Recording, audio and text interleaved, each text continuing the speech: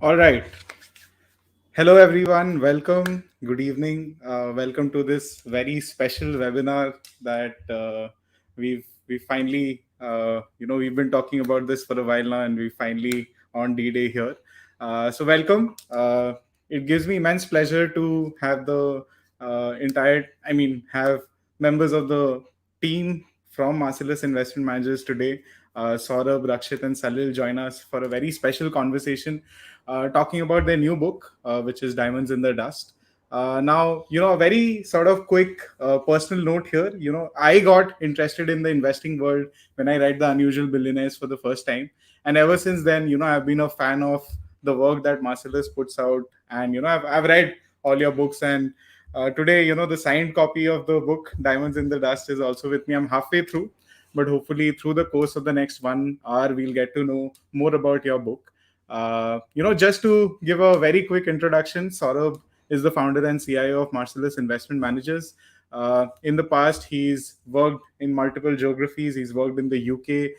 He was also rated as the leading equity strategist in 15, 16, and 17 by the Asia Money polls. And prior to Marcellus, Saurabh was the CEO of Ambit Capital. Rakshit again has close to spent 6 years covering UK equities with Lloyd Banks. And he's also been rated amongst the top three UK insurance analysts. Uh, Prior to Marcellus, Rakshit launched the Ambit's Coffee Can PMS in March 17.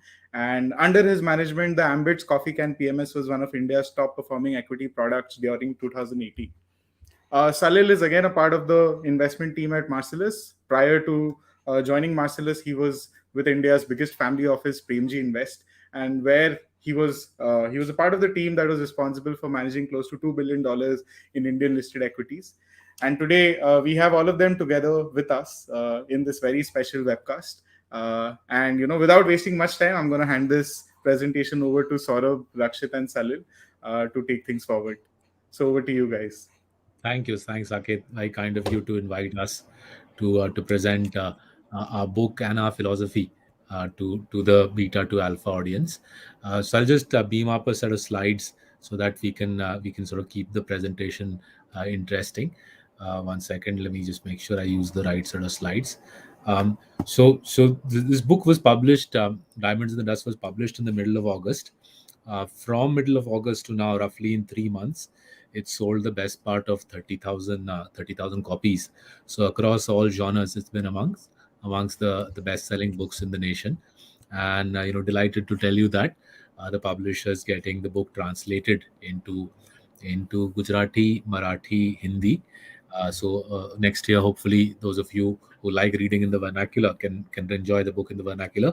The audible version is also on its way, right? So if you sort of see Marcellus, if you see the work that we do, Rakshit runs our flagship product, Consistent Compounders. Salil runs our largest advisory portfolios, and across roughly now the 12,000 crores of assets that we look after for Indian families, we've tried to do the same thing again and again, year after year, which is look for clean promoters whose books are clean.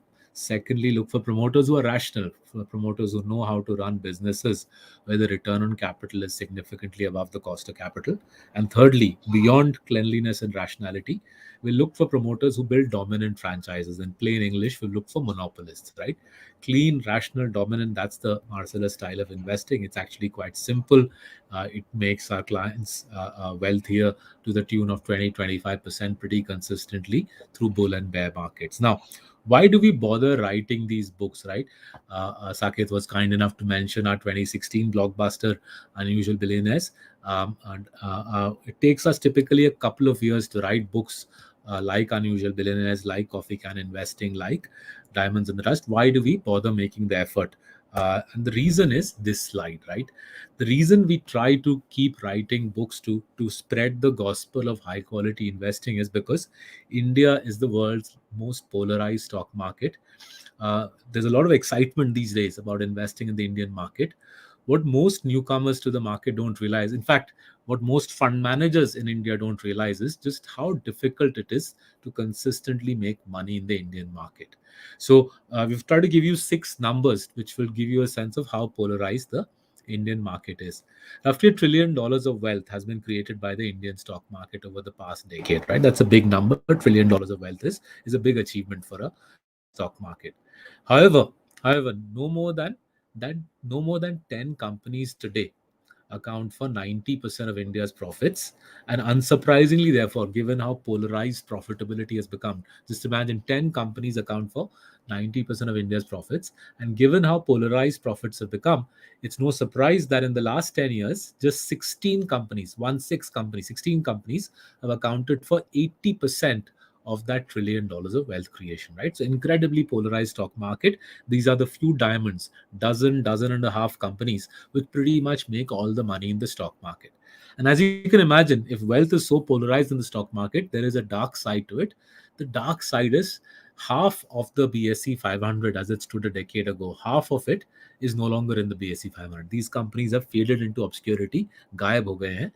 85% of the BSE 500 as it stood a decade ago has failed to give a return above the cost of capital. Now, why is that? No surprises. Most Indian companies actually don't make a lot of money. In fact, if you look at the Nifty 50, 70% of the companies in the Nifty fail to give you a rate of return above the cost of capital, right? These are India's largest companies, and imagine they fail to give you a return above the cost of capital, right? So, this is the market in which you and I are investing in.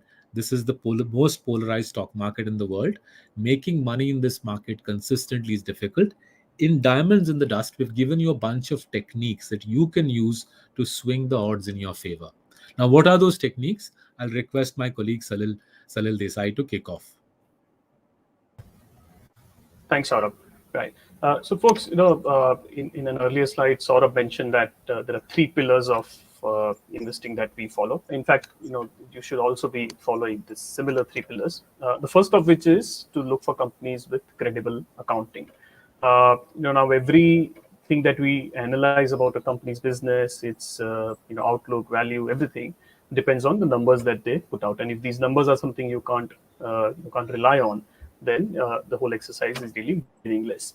Now, what typically happens is then when you ask 10 people to name an accounting scam in India, right? 8 out of 10 will say Satyam Computers, but Satyam happened 12 years ago. Which does not mean that since then there have been no major accounting frauds, right? So it's not necessarily that something which does not grab the headlines. There is nothing wrong with that. So we'll take some few examples here to kind of drive home the point and the scale of jugglery that really happens. So DHFL, used to be a leading housing finance company, a peak market cap of almost about 20,000 odd crores. Forensic audit, which was commissioned on the company, found out that about 17 odd thousand crores was siphoned off from the company in a span of just about 3 years. Right, so an amount equivalent to 85% of the market cap was taken out. Then there was Deccan Chronicle. It used to be South India's largest English language newspaper. These guys restated their debt upwards by almost about 5x in a span of 12 months. So what had to be a 4,000 crore debt was actually shown in the books as just 1,000 crores. That's 80% underreporting. Then there was Cox and Kings, again a leading travel services company. These guys take the cake. From a positive net worth 1 year end of about 4,700 crores, they moved to a negative net worth of 7,300 crores by the end of the next fiscal. So that's a 12,000 crore swing in net worth from in just 12 months. Right, so 1,000 crores getting knocked off from net worth every year. Now, why is all this relevant for us, and why all this should worry us? Is because most of the times it's the retail investor who gets trapped into these investments. Right? We again go back to the DHFL example cited earlier. When asset quality concerns started emerging on DHFL, the stock declined by almost about 60% in a span of a few weeks. This included a 40% decline in one single day. Now, what happened after this 40% decline? Retail shareholders, which owned about 17-18% of the company, they ended up owning 50%, almost 50% of the company over the next 15-18 months. And today, what is the fate of these 50% owners of DHFL? Their value of the stock is zero, and the stock has been delisted, taken over by the Piramal Group as part of the insolvency proceedings. So these 50% retail shareholders have nothing to really talk about. They have nothing on their names. Now, why this happens is there are typically three ways in which retail investors get trapped, and all of us should be aware of that. So the first is that we don't have the ability to the tools to figure out whether there is a fraud, much in advance or not. So if we knew that there is something wrong, obviously we are not going to go and invest there. The second is that sometimes investors, you are invested in a company, you have some inkling that there is something wrong, but you always believe that you can get out on time, and everybody believes on that. And then when everybody rushes for the exit at the same time, the result is a 40% decline in a single day. And the third and the most common way in which investors get trapped is after a stock is corrected, they start thinking that this is now cheap and the risk is priced in. There will be turnaround and we make lots of money. But in such cases, turnarounds are very, very rare, and the ability to recoup your losses almost is non-existent. So what retail investors really need is forensic accounting checklist to make sure that accounting quality and governance standards are up to the mark, then you don't really get in a position to lose your money. So this all tells you what you should not be doing, or the companies that you should be avoiding. To know what companies you should be selecting, I'll request Rakshit to take you through those. Thanks, Salil. Good evening, everyone. Before I begin on sort of high quality stock picking, let me just give you one data point. So when it comes to generating outperformance versus the broader market, right? Indian stock market, so represented by BSE, Sensex, or Nifty 50, these indices, they do not outperform India's nominal GDP growth rate even in the long run, right? Despite the fact that, like every other index in every other country, Sensex and Nifty, they benefit from survivorship bias, which means that bankruptcies are not part of these indices when they are part of the economy, and also selection bias. The more dominant the firm is, the more likely it will become part of such indices, right? Despite the survivorship bias and selection bias, there is no outperformance versus nominal GDP growth for these indices. This is unique to India, and this we believe is largely due to the dodgy accounting practices followed by many large and dominant businesses in India, right? So there's a massive alpha to be had just by focusing on clean accounting practices itself. Now, on top of that alpha, you can also derive few extra layers of alpha by picking up high quality fundamentals in your portfolio. Now, when you pick up high quality fundamentals, there are three things that you should be looking for. First of all, the companies you pick up should have high pricing power. The textbook definition of pricing power is that the company should be able to protect its margin by hiking prices when raw material costs are going up. But we believe the real definition, the complete definition should be that even if a competitor kicks off a price war by offering competing products at, say, 30 or 40% discounted price points, that should also not lead to any adverse impact on either the market share or profitability of a great franchise. Right. In Diamonds in the Dust, you'll find in chapter 4 of the book, we've given more than 10 case studies of companies which have high pricing power basis this stricter definition. Right. The second characteristic you want to pick up in a high quality company is that the outcome of high pricing power, which means high returns on capital employed and hence strong cash flows, these cash flows should get reinvested in the business whilst sustaining high pricing power of the overall business. In effect, incremental capital deployment should also have high pricing power. Now, this is harder than it sounds because most successful businesses in India, they fail to maintain prudence while allocating capital to grow beyond their strong core products, core markets. And again, you'll find in chapter 5, we've given more than 20 examples of prominent successful Indian companies, majority of which, unfortunately, had an adverse impact on shareholder returns because of capital misallocation decisions. The third characteristic that you want to pick up, which is on the right-hand side of the slide in front of you, is that high-quality companies should be institutions rather than one-man shows. Now, institution building at such companies needs to happen at 3 levels. Board of directors should be independent, high quality. CXOs should be appointed in a process-oriented manner and groomed into those roles rather than ad hocism. And decentralized execution through systems and processes at a ground level. Now, it's important to understand this institution building aspect because to most people, a firm like Asian Paints is as good an institution as a firm like HDFC Bank.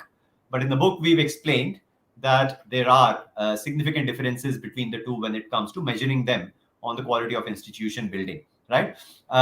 Now, when it comes to picking up a portfolio of high quality companies, the outcome that an investor will get is summarized on this slide. So the chart on the left is the share price outcome. Chart on the right is the consistency of that share price or volatility of that share price as an outcome. On the left, you can see how the sort of more exponential curve is sort of a consistent compounder. If you compound a share price at 25-30% CAGR over 20 years, you become 100, 150x in the share price, in your investment value, compared to you can see the line at the bottom in the same chart on the left, which is Sensex compounding at say 12%, 14% CAGR, no more than that, right? But more importantly, when you look at the histograms on the right, these histograms are breaking the 20-year time period into 12-month subsets, right? So every financial year, 1st April to 31st March, over the last 20 years has been put in a bucket of a certain return in the two histograms. The histogram on top is of consistent compounders. The histogram at the bottom is of Nifty 50. And it's quite interesting to read these histograms sitting today here, because we've recently recovered from a massive COVID crash, which happened 18 months ago. And many investors today might be thinking that, look, last 12 months, 18 months performance of my portfolio has been excellent. So should I stay invested or exit, take profits? Mean reversion might happen and I will get to invest at a lower point.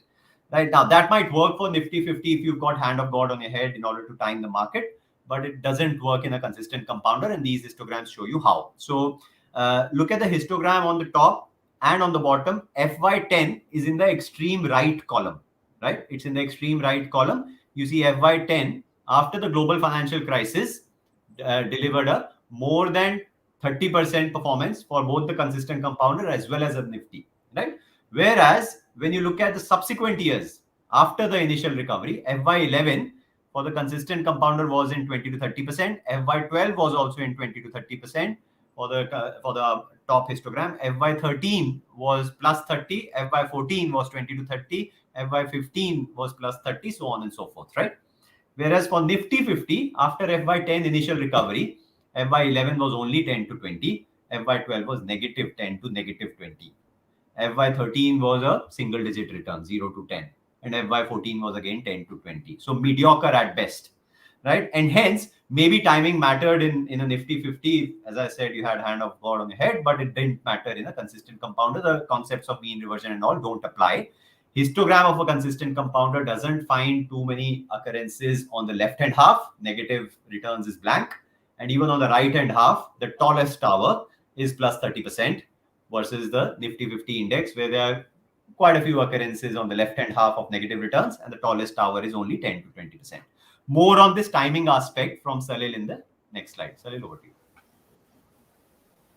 Thanks, Rakshit. Right. So, in this slide, we are going to highlight two important points. The first is that you can't time the market. Okay. And the second is that even if you time the market, if you've chosen high quality stocks, then it does not matter that you have timed it. Okay. So two aspects: you can't time it. Even if you can time it, then it is not really worth your while. So let's take an example, which must be fresh in all our memories, is last year, January.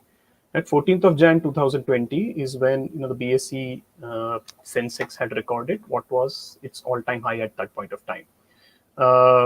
Then the COVID news started spreading, the disease itself started spreading. The market declined by almost about 38% in about 2 months odd time frame. By 23rd of March, it had touched a new low. And then on 24th of March came the nationwide lockdown. Right? And everybody, right, every market participant, expert, economist, commentator, everybody thought that this is only going to get worse because the disease is yet to peak out. But what really happened? The day the economy was shut down, the market actually bottomed. Right? And since then, we all know where the market is today. It's more than 100% up. Returns have been really, people are calling it a bull run of a lifetime, and so on and so forth. The point that we are trying to make here is that you can't possibly know where the market is going to go next month, next 6 months, next 1 year, right? And what you can actually really focus on is to pick great stocks and see how that works out for you. So, for example, look at the table on the right. Right here, we are trying to show that timing, even if you time good stocks, it doesn't really help you too much. So we have, let's say, somebody who is such a gifted market timer that he or she ends up buying a stock exactly at its 52-week low. Right? So every year, so let's say for 10-year period, they do consistent investment for 10 years. Every year, they invest at the stock's 52-week low. And then there's somebody else who who says I can't time the market, so I'd rather buy the stock at a random date on any given year, and he or she does it on the 1st of Jan each year. Now you compare the returns that these two get. So look at the first two names, HDFC Bank and Asian Paints. The perfect market timer at end of a 10-year period has a 23% CAGR in HDFC Bank and 28.9 in Asian Paints. Compared to that, the first Jan guy has 21.2 and 27.5 in these two stocks, which means that 10 years of perfect timing has gotten the gifted guy less than 2% additional returns over a 10-year period. Right? So what this means is that forget timing, focus on picking the right stocks, invest in them regularly, and hold them for the long term. Now, how does this all translate into say an eventual outcome for an investor? So, Saurabh, if you can conclude this. So thanks, Salil. Thanks, Rakshit. So, folks, I'll try to summarize what we are trying to say in these slides and in the book. Right? All of us have a choice. You have a choice. We have a choice. Right? The choice we face fundamentally in life is we can do standard desi investing. Right? If we do standard desi investing, we basically wake up in the morning and say, let's invest in stocks run by dodgy promoters, low quality accounts, low quality governance, low PE multiples often equate to these sorts of dodgy promoters. So a lot of people in our country like to do this sort of investing. They invest in low quality companies, companies which are not just poor on governance, they also have very low pricing power. Right? It's astonishing. You'll see many people running around India merrily investing in airline companies and metals and mining companies and telecom companies who have zero pricing power. And they will further say, well, I don't really care that the promoter's track record of capital allocation is atrocious. The PE multiple is low, so let me just try my luck, right? So this is actually very routine. Regardless of where you're staying in India, this is actually the norm in our country. Investing in poor quality companies with negligible pricing power and a shoddy track record of capital allocation. Obviously, if you do this sort of investing, standard desi investing, you will encounter consistent disappointment in your investing career, regardless of bull markets and bear markets. Your return will be less than 10%. Right? That's what we call regular compounding. Right? On the other hand, it's simple to do consistent compounding. We've explained it in the book in Diamonds in the Dust. You're looking for companies with clean accounts, with strong pricing power arising from great franchises, high barriers to entry, and thirdly, a stellar track record of rational capital allocation over the past decade. If you do consistent compounding, if you do this sort of high quality investing, timing does not matter. Neither can you nor we can time investments. Consistent compounding renders consistent compounding renders timing irrelevant because you're investing in great franchises. Right? That's the crux of our book. Now, one of the things we tend to see is a lot of people say this is all good stuff, guys. I would love to read the book, but time kidhar hai? किताब पढ़ने का time किधर है? A lot of people tend to gain their wisdom these days from social media. So in this age where wisdom is gained not from reading books, from social media, we thought we need to give you a tonic, a bit of a chavan prash, so that you are encouraged, motivated to read the book. So we requested our guru, John K, a man who's taught us a lot of what we know, who's himself an ultra successful investor over the last 30 years. We requested John K to write the foreword of Diamonds in the Dust. So I'll quote from the foreword Sir John has written. Right. So Sir John says, "No one said successful investment was easy, but this book will lead you carefully through the underlying principles. You will learn how to see through deceptive accounting. You will not learn, I stress, you will not learn how to time the market, but you will learn that even if you are able to do so, by some prescience no one else has yet achieved, The returns from market timing are far less than the returns from effective stock picking. You will learn the nature of comparative advantage and how to identify sources of comparative advantage that are appropriable and sustainable. To invest well, you must understand these things. I hope this book will encourage you to take charge of your own finances. So I'll stop at this stage. Thank you very much, Saket, for giving Rakshit, Salil, and me this opportunity to present Diamonds in the Dust to the beta to alpha audience. And over to you, Saket, for whatever questions you or your audience might have. Thank you. Thank you, guys, for that presentation. I just had a small question on the slide, Rakshit, which you presented, where you did that comparison between the index and the consistent compounder cohort. So, is this consistent compounder, as let's say, I've read the Coffee Can Investing book, where you sort of readjust this every year based on what goes in, what goes out. So is that like a readjusted bucket, or is it like, let's say, if you keep running them and that sort of outperforms? That chart was actually of a single specific stock. In this case, Asian Okay. Paints, but in Diamonds in the Dust, we've given more such charts and histograms. So it's not. It's not. I mean, you look at say an HDFC Bank, you look at Page Industries, Bajaj Finance, you'll find similar charts on the left and right.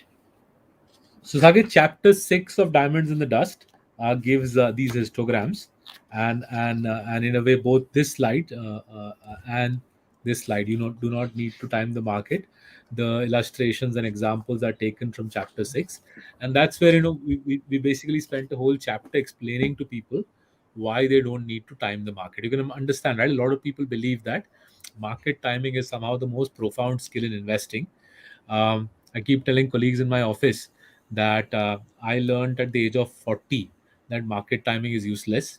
Imagine how different my life would have been if I had learned at the age of 25 that market timing is useless. I would have been a different man. I would have more hair on my head, amongst other things.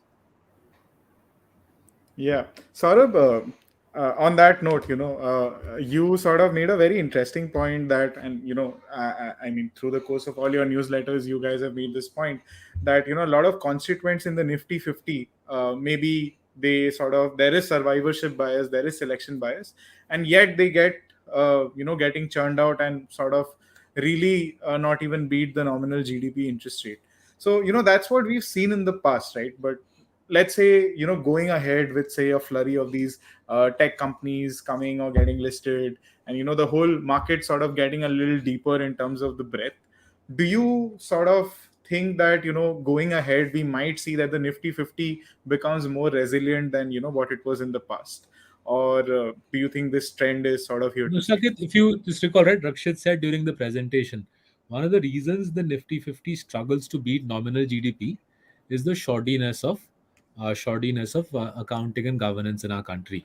So, if you ask me, far more important than these IPOs is the current ding dong taking place between the NFRA, the regulator that the government has created for the chartered accountant community, and the ICAI. Right, it's a bit of a ding dong. It's taking place quite publicly. Anybody who's interested in investing and in accounting should watch this quite carefully. If the NFRA is able to improve the quality of auditing in our country, then there's a good chance that the incidence of accounting fraud goes down.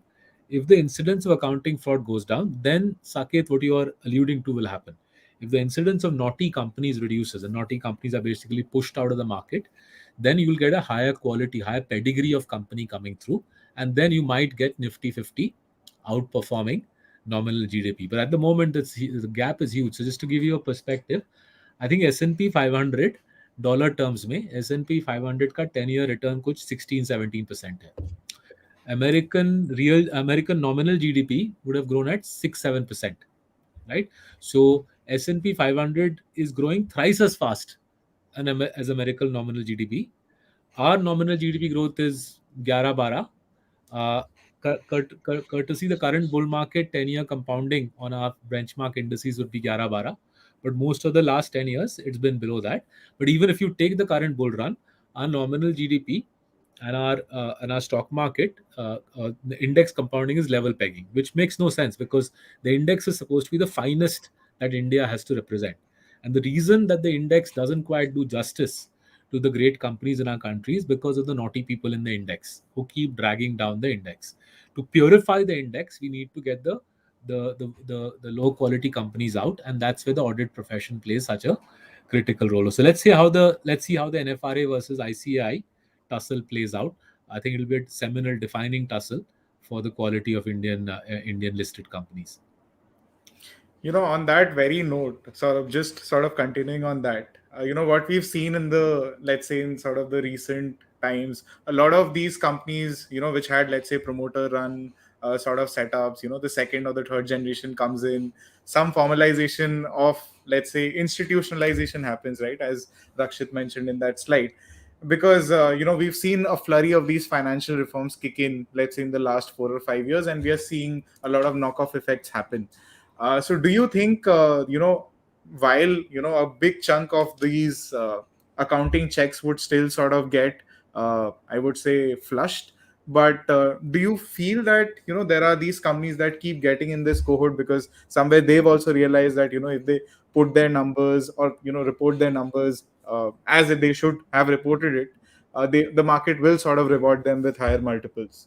Or do you feel it's still a pipe dream? So basically, you're asking our promoters through their own kind of clarity of thought, realizing that they should report clean numbers so that उनको भी अच्छा market cap मिल जाएगा. So that's what you're asking, right? So again, Yeah. Rakshit, why don't you take that question? Promoters को निर्वाणा प्राप्त हो रहा है या नहीं आजकल? Yeah, look, I mean, let's first understand the intent, right?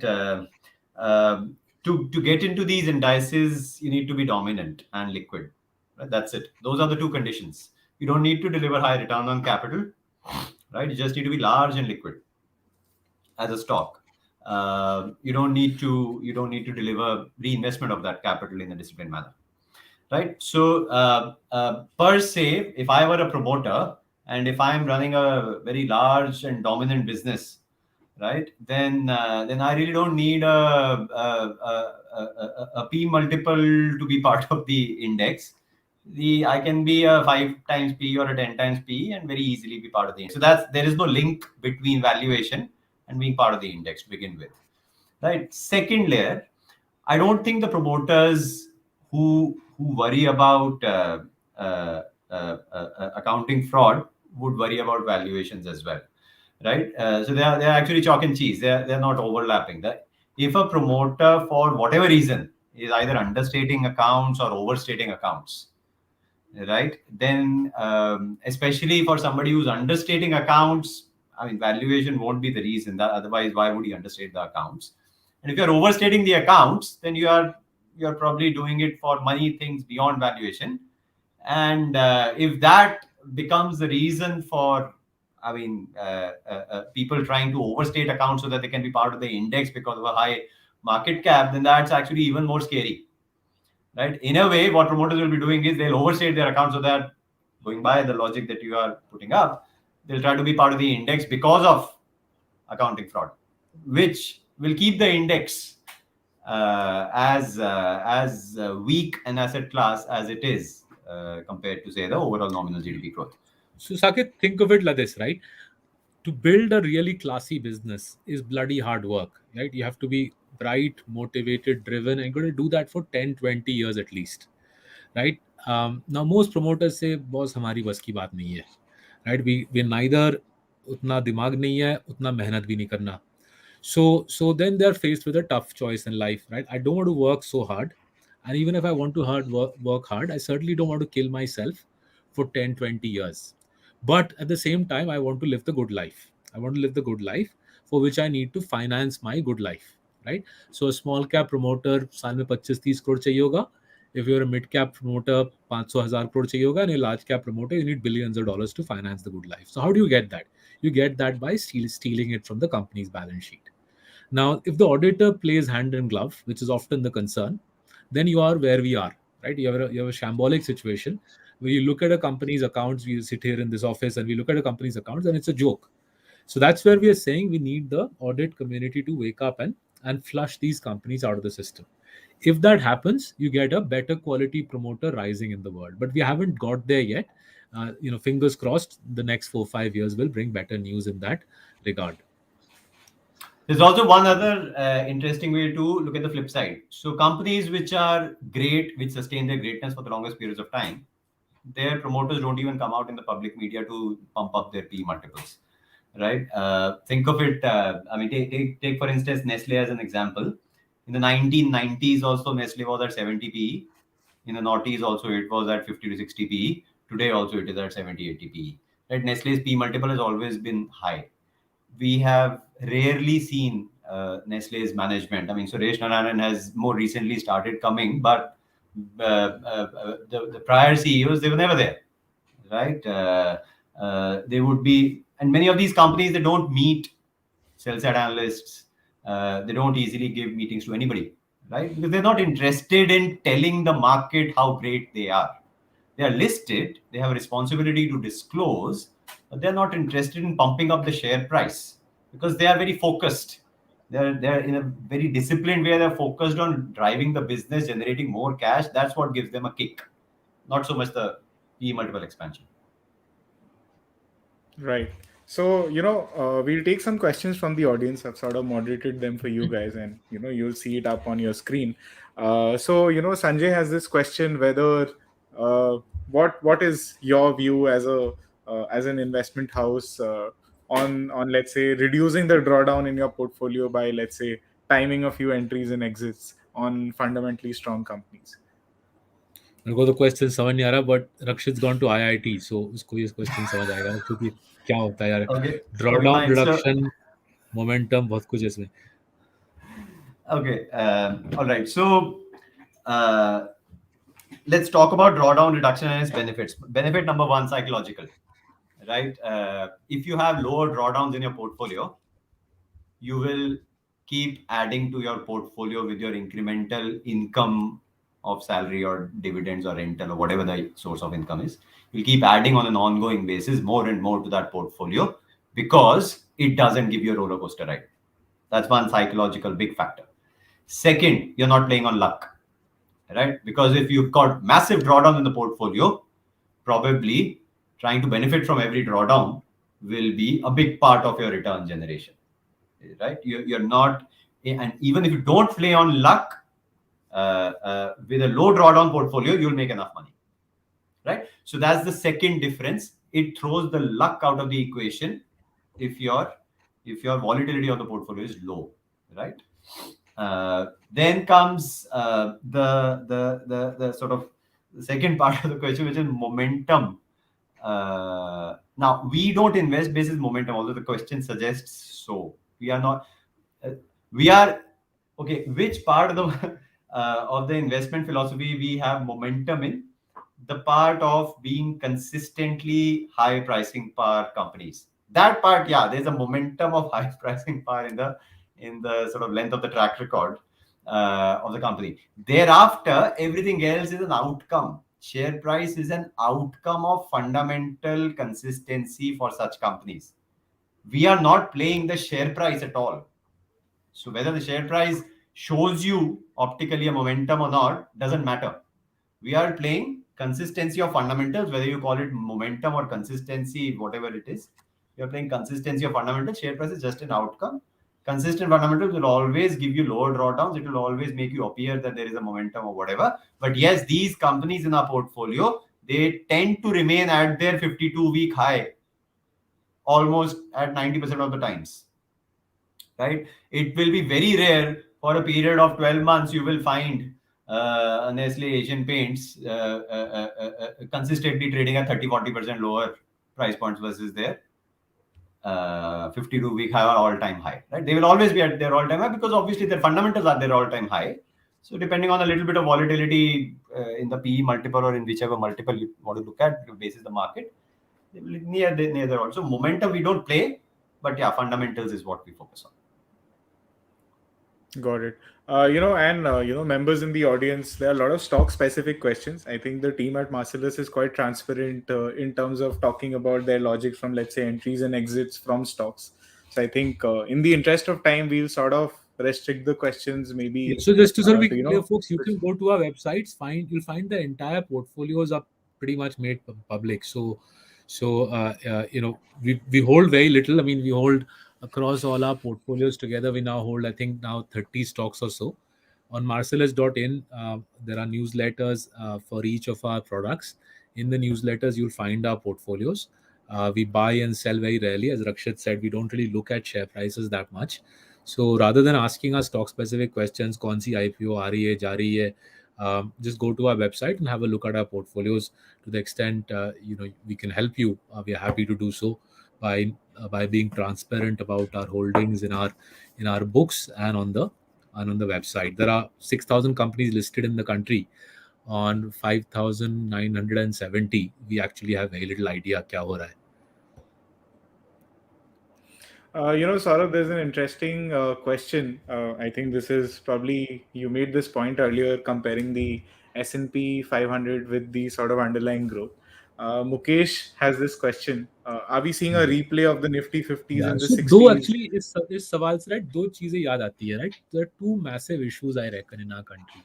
So first is a lot of Indians read foreign books on investing, which is close to useless. They're quite entertaining, right? I also like reading Warren Buffett biographies, that because they're written by good people, smart people. So Roger Lowenstein biography on Warren Buffett is very entertaining, but practical knowledge आपको नहीं मिल सकती ज़्यादा अगर US के किताबें पढ़ोगे.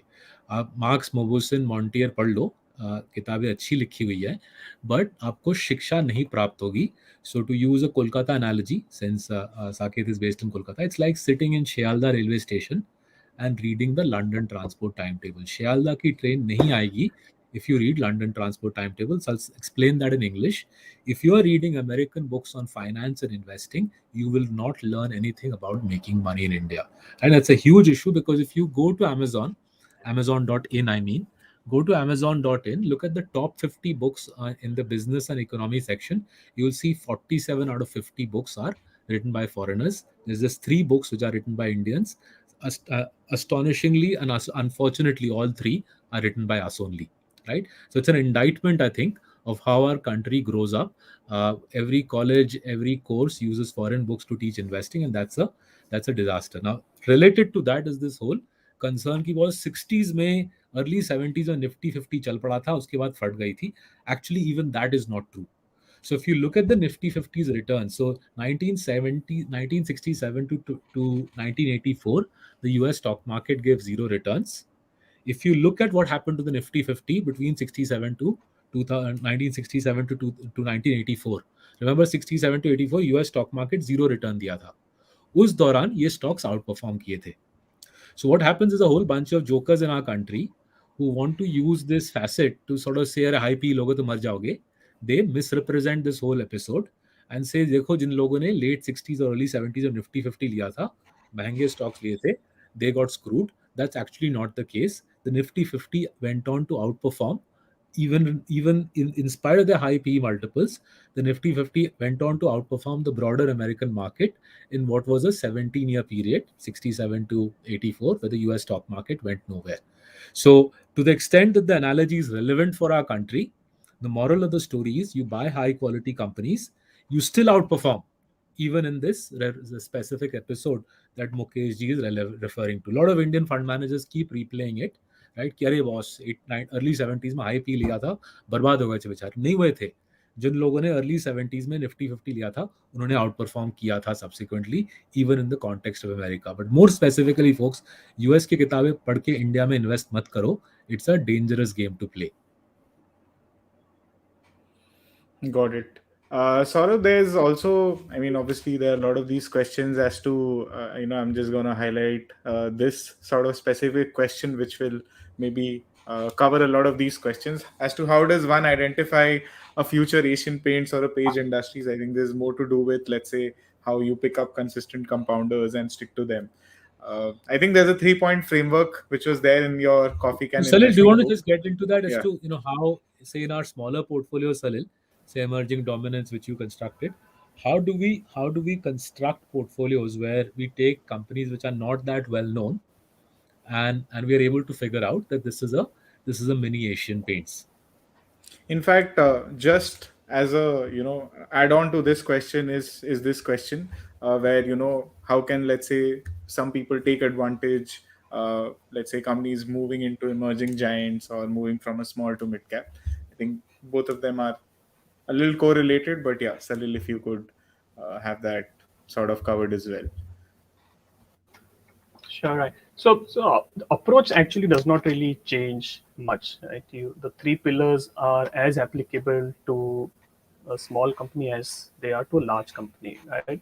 Now, out of these three, the first one, which is clean accounting, right? This is practically non-negotiable, right? You want a company with credible accounting, whether it is a small or a large company. The the big difference arises when you think of the markets that the smaller companies operate in, and the relative pricing power they would have. So, for example, in the mid cap or small cap space, you'll find quite a few companies which are dominant, but they're dominant in niche markets, right? So you'll have, let's say, for I think example, Salil, you might here want to an switch off example. your camera. I think there's some disturbance in the line. Maybe if you switch on. Sorry, yeah, right. So I was saying, yeah. So for example, in small cap teams, we've taken this example a number of times. Let's say alkyl amines, right? Dominant player in aliphatic amines, right? We have GMM Fodler, the 75-80% EBIT profit share of the glassline equipment business. So there are many such businesses where you have pricing power, but the markets probably that they operate in are much smaller. What you need to figure out is in these companies is whether this pricing power, number one, can be sustained, and second is, and the most important part is in capital allocation, which is the third pillar. So there we are thinking of what are these managements, promoters, owners going to do with the cash that they generate, from free cash that they generate from the business, right? If you have pricing power, it's obvious that your ROCs are going to be far higher than the cost of capital, which means that you're going to consistently generate large amounts of free cash flow. Uh, can do the Does the management have sufficient or very strong capital allocation skills, which will make sure that they invest this into growth in their own businesses or say in adjacencies, which will allow them to kind of slowly keep going from a small to mid cap and a mid to large cap. Right? So, like I was saying, to summarize, the three pillars don't change. Right? What you need to figure out most critical is that how do these promoters allocate capital, which will enable them eventually to become larger and larger players and grow beyond the niche markets that they are dominant in right now. Now, there's another aspect of our framework, Saket. I think your Arun Kumarji's question, I think, alludes to that. Basically, how long can a great company make money? Will it make money? Will a great company compound at the current rate of 25% for 5 years, for 10 years, for 15 years, for 25 years? So, to understand that, our analysts use a specific framework called the longevity framework. So, I'll beam it up. Rakshit, could you take the audience through the longevity framework? I'll put it up on the screen here. Sure.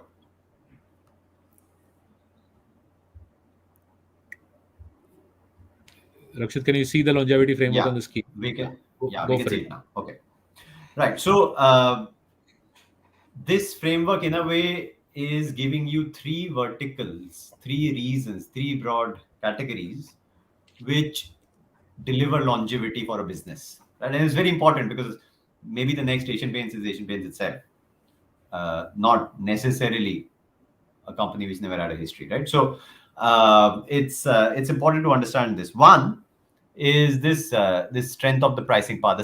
The second vertical from left, you can see the moat score, right? What this vertical is trying to establish is such a high degree of pricing power that even if a competitor launches a massive price war, and price wars are very frequent, right?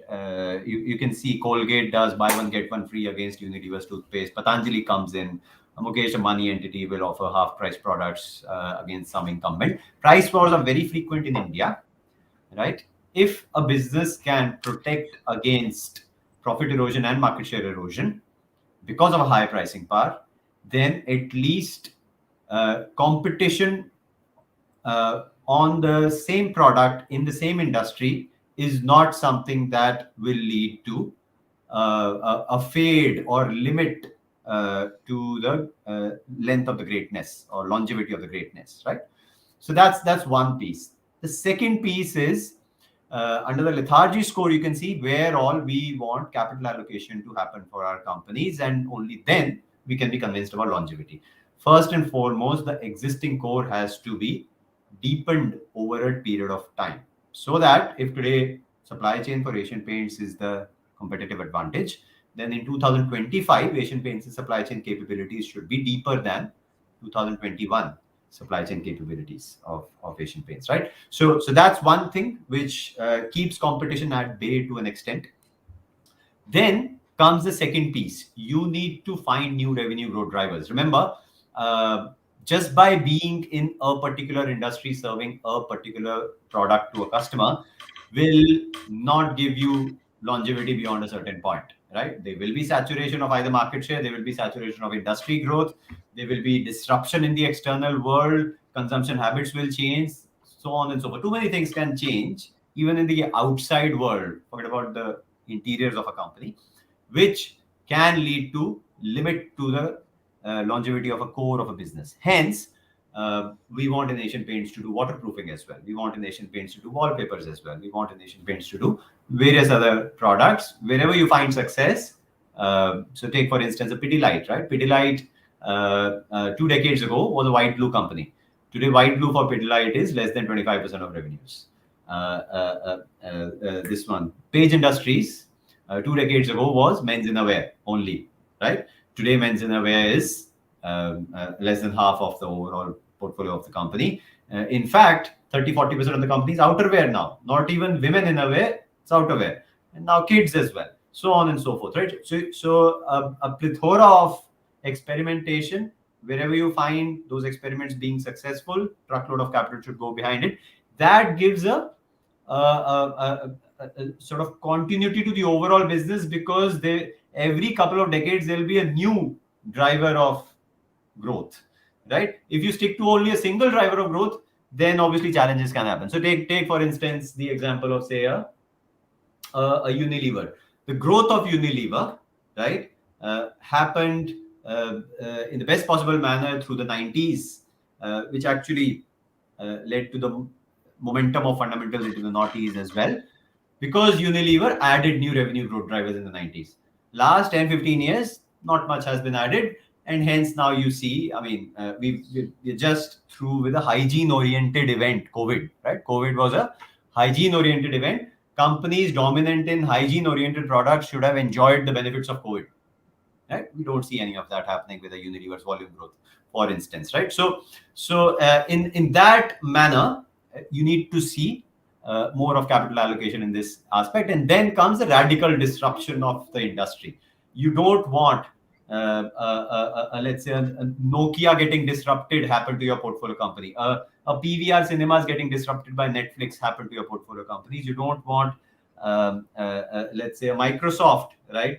Where a Microsoft in the 90s was something, during the noughties was a struggling company, and it really had to reinvent. Otherwise, it would also have become another Nokia. You don't want that to happen to your portfolio companies. You want re-engineering of the reason why market share will be gained by a portfolio company. Otherwise, competition will either replicate or competition will disrupt. Either of the two, right? You need your portfolio companies to self-disrupt. And this is where, I mean, the Asian Paints of today is actually a very different company than the Asian Paints of 2 decades ago, although the name is the same of the company, but the way it executes business is different. The reason why it wins market share is different, right? So on and so forth. And then comes the last bit, which is the right-hand side vertical you see on the screen.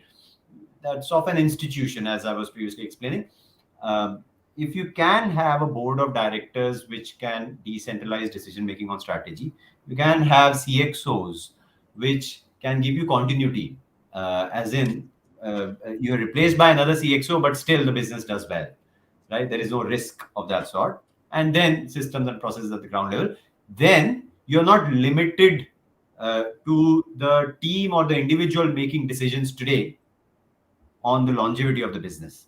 That's not the limiting factor, because succession planning will mean that the next team will make equally good quality decision and continue with the greatness of the business, right? So in that aspect, longevity becomes a very critical driver of actually investment returns, and hence maybe at times the next page industries is page industries itself.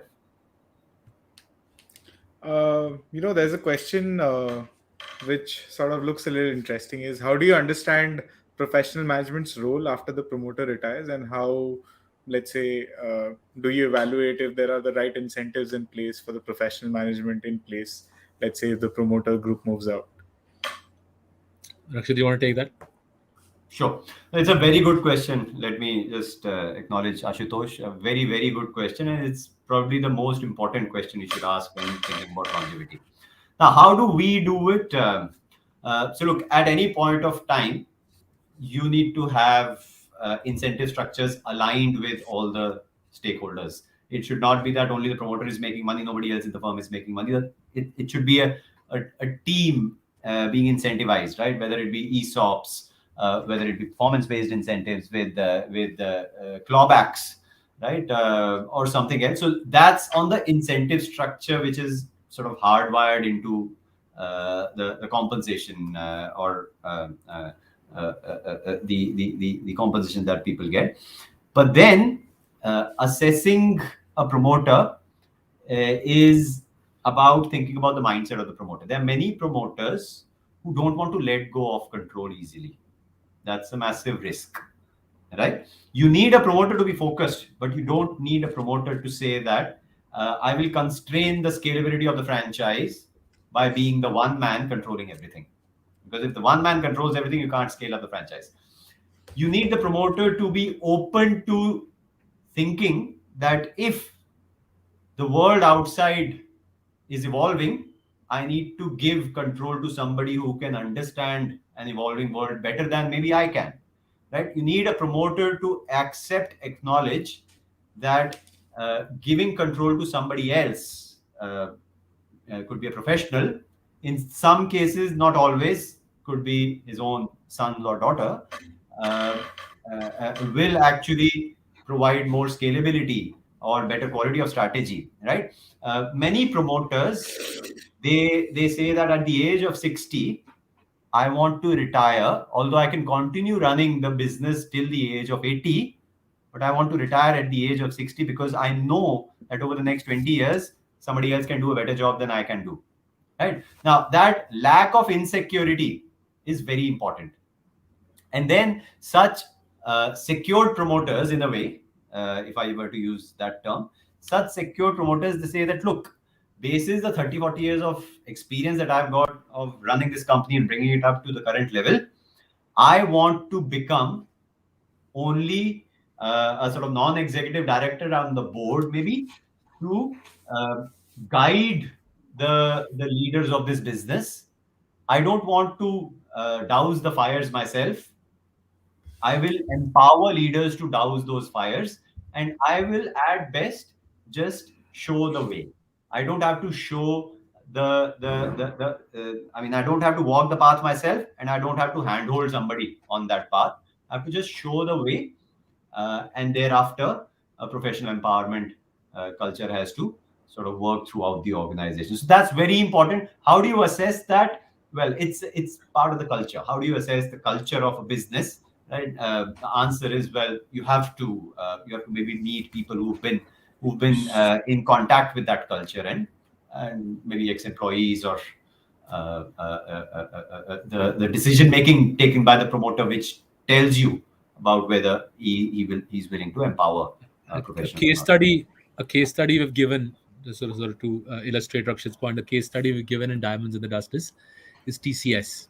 So I think in 40 years they've had 3 or 4 CEOs. So typical CEO lasts a decade, and Salil showed us that regardless of who's the CEO running TCS, pretty much every CEO who's come and run TCS has compounded free cash flows at 25%, right? High class succession planning, decade after decade, and you end up 40 years hence with the world's second largest IT services company.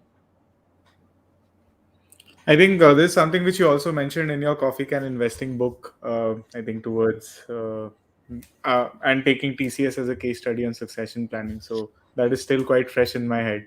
And it's actually a Saurabh, very powerful source of competitive advantage. I think that's why I think Rakshit was delighted with Ashutosh's question, because this is exactly how you make money. You don't make money by figuring out the PE multiple, share price, कौन सा broker buy लगा रहा है, sell लगा रहा है. It's by answering tough questions like this, and that's why I think Ashutosh's question, is so brilliant. But you take a tough question, you get to the bottom of it, and you realize that for TCS, high quality succession planning decade after decade is a potent source of comparative advantage. Just compare TCS with the second and third largest Indian IT services companies and reflect on what's happened in their boardrooms. And you can understand why TCS today is as big as number two and number two, three put together collectively. Saurabh, we'll take two more questions before we wrap this broadcast up. There's this question that, there is an increasing flurry of companies remaining private or sort of, coming onto the public markets. So is there a risk that you foresee that, probably the next generation of best companies will remain private? I mean, the only sort of example that I can think of in the listed space is, let's say, the best milk company in India, which is Amul, is not listed, right? So the best alternative that you Yeah. get is So probably, if you sort of yeah.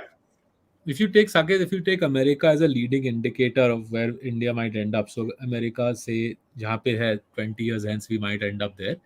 Interestingly, in America, the issue is not that VC funded companies are not going public. They are. VC funded companies are also going public, right? Whether it's Facebook, whether it is Google, whether it is LinkedIn. VC funded companies are going public. The challenge is amongst listed entities, many are choosing to go private. So, just say India, mein Nirma went private, right?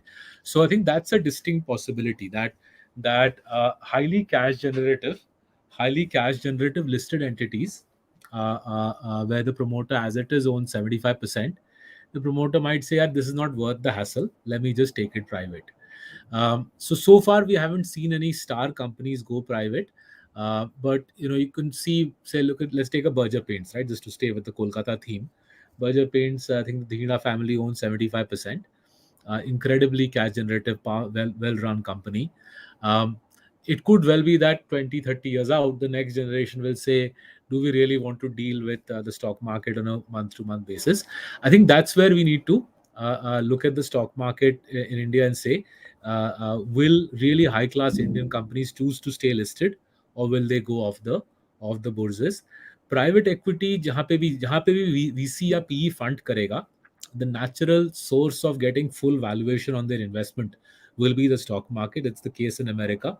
I think that'll stay the case in India as well for a long time to come. Final question is, when do you sort of exit from a stock, right? I think we've all had this discussion, how to pick the best winners, how to forecast potential winners.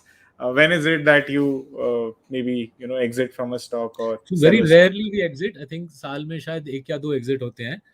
We remember them because there are so few exits. Salil, do you want to explain why there are so few exits from Marcellus's portfolios?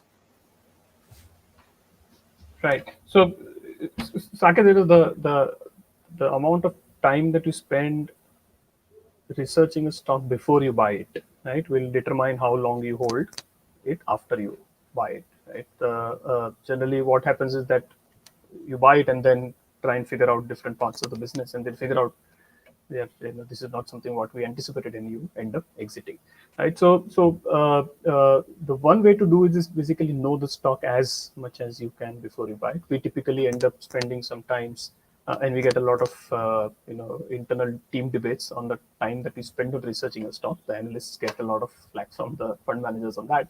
But the idea is that you spend time researching a stock well enough to know, uh, uh, again, the three, going back to the three pillars: are they clean, are they dominant, and are they good in capital allocation? Which makes it very simple to know when to sell, is when any of these three go weak, right? Suspect accounting, clear signal to sell, to exit immediately, right? Loss of pricing power. Rakshit gave examples of, let's say, Patanjali coming into your market, and no matter how strong a brand Colgate is, pricing power is not going to allow it to really either compromise. It will end up compromising either on growth or on profitability, right? So that's the second signal to sell, right? And third thing is a company goes and does a terrible capital allocation decision, right? Acquiring a company in Georgia, for example, right? I know companies who have done that, right? Or windmills in South Africa. So these three, any weakening that you find on these three parameters is where you exit, right? You bought them for certain reasons. Any weakening on the fundamentals on those is a clear signal to sell. And I think that's links to, I think, one of your audience members, Saket, has asked a question on mistakes. So typically, when we have mistakes, we spot them very early on, and typically the giveaway is dodgy accounting.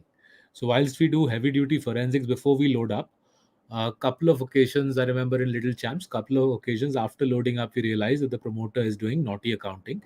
On both occasions, we engaged the promoter. We spotted out the accounting dodginess. We gave them a chance to explain themselves. When they couldn't, we sold out because we acted promptly on accounting dodginess. And the reason we can act promptly is, remember, we've got 15 analysts. Almost all of them are top quality chartered accountants, and now 15 analysts are basically invested in 30 stocks. So every annual report that comes out is torn apart by our team.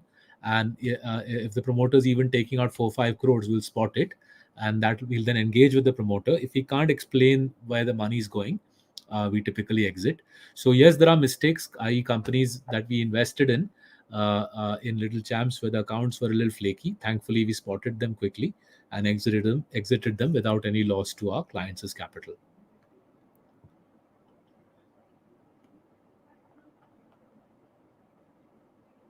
Sakit, for some reason, Yeah. you've gone on mute. Yeah. Yeah, yeah. So I think that sort of sums up the time that we have today. And thanks a lot, guys, for taking these questions and running us through some of the frameworks that you sort of run across your portfolios. While most of it is something which I thoroughly enjoy reading through your newsletters, but it's always a great sort of time when you can sort of interact directly with the team. So if you guys have any Thank you. thoughts before we close the broadcast. No, thanks, Saket. Thank you for hosting us. Thanks to everybody who's joined in from various parts of the world. I can see not just India, so various parts of the world. Please read the book. It makes the effort that we put in writing these things worthwhile. If you like the book, please recommend it to your friends and family. And if you like reading our books, you'll enjoy our website even more. It's free of charge. Every newsletter, every blog is free of charge. Our webinars are free of charge. Just go to our website. Put your email address there and you'll be able to join our mailing list as well. Thank you very much, Saket. Thank you. Thanks. Thanks. Bye for now. Thank you very much. Thank you. Bye.